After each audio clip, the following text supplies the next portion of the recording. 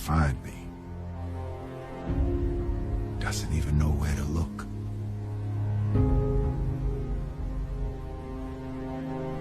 And it dawned on me.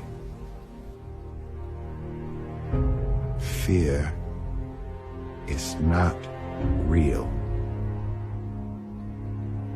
The only place that fear can exist is in our thoughts of the future.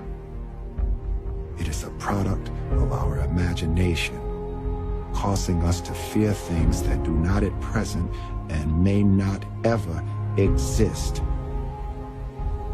That is near insanity, Qatar. Now, do not misunderstand me. Danger is very real, but fear is a choice.